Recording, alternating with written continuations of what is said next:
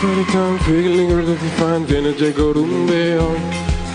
Reading my zucchini's eyes, checking every girl inside, feeling in the bed. And there's a man on the disco playing sexy motherfucker, baby.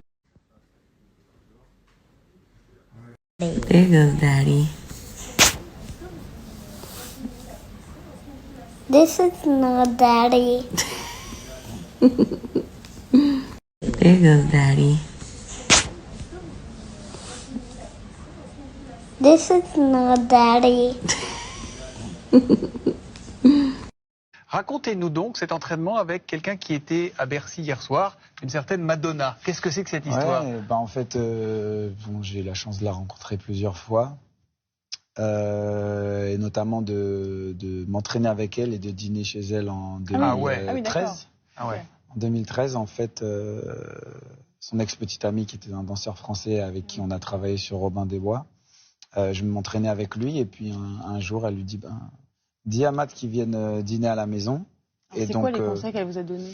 En fait, c'est plutôt j'écoutais plus que je demandais évidemment des conseils, mais en fait, on a parlé, j'étais vachement à l'écoute et surtout, en fait, c'est le lendemain quand elle a dit viens t'entraîner avec moi.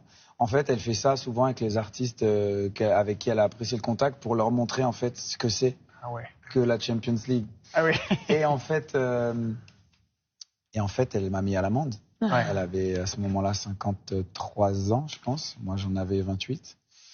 Et elle a gagné par KO. J'étais bluffé par la résistance. Après, elle s'entraînait dans des conditions extrêmes. Elle était dans une pièce chauffée à 37-38 degrés et taux d'humidité 100%. C'est ce qu'on fait nous aussi à Télématin pour tenir le rythme. Et donc, à peine 2 minutes d'effort, on était déjà en nage, etc. Et c'est vrai qu'à ce moment-là, je me suis dit, OK, c'est comme ça qu'on dure aussi sur scène et qu'on propose les shows qu'elle propose. Et c'est vrai que ça a été une leçon pour moi. C'est pour ça que depuis, j'ai un entraînement quasiment égal à ce. Et on mange bien chez Madonna? On mange très bien, très simple. Hein. C'était poisson, légumes, ouais, avec les enfants à table. Petit filet d'huile d'olive. Vous avez reçu vendredi un 16e trophée aux Energy Music Awards pour votre tournée, donc Épicentre Tour. C'est un record. C'est le 16e. Est-ce que vous continuez d'apprécier ou est-ce que vous vous lassez finalement? Non, c'est à chaque fois pareil. Non, pas du tout. Et puis celui-là a une saveur particulière puisque c'est une catégorie qui a été créée, je pense, l'an dernier. Le prix de la tournée francophone de l'année. Francophone, c'est ça. Orelsan a été le premier à avoir ce trophée. Et quand on sait à quel point la scène, c'est ce qu'il y a de plus important pour moi et à quel point on travaille dur pour préparer nos spectacles, de recevoir cette récompense, c'était vraiment très important. J'avais envie limite de dire que elle me tenait plus à cœur que la chanson de l'année ou l'artiste masculin francophone de l'année, etc. Et pourtant, ça vous a un petit peu contrarié. Il y a eu un tweet, vous vous réjouissez d'avoir ce truc.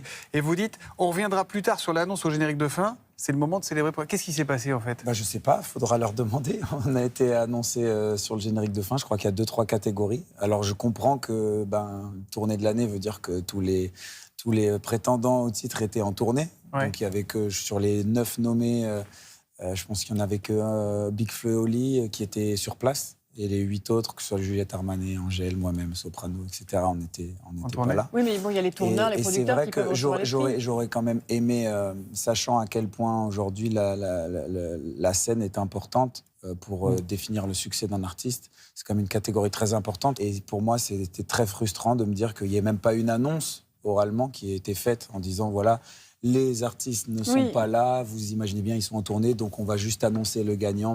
Oui, vous regrettez que ça n'ait pas eu le même traitement. Juste de mettre ça dans le générique, c'est comme si ça n'avait pas existé, en fait, la catégorie. On demande à un public de se mobiliser pendant un mois, les gens attendent, que ce soit mon public ou des autres artistes, et puis on leur annonce le truc. Votre public, il est...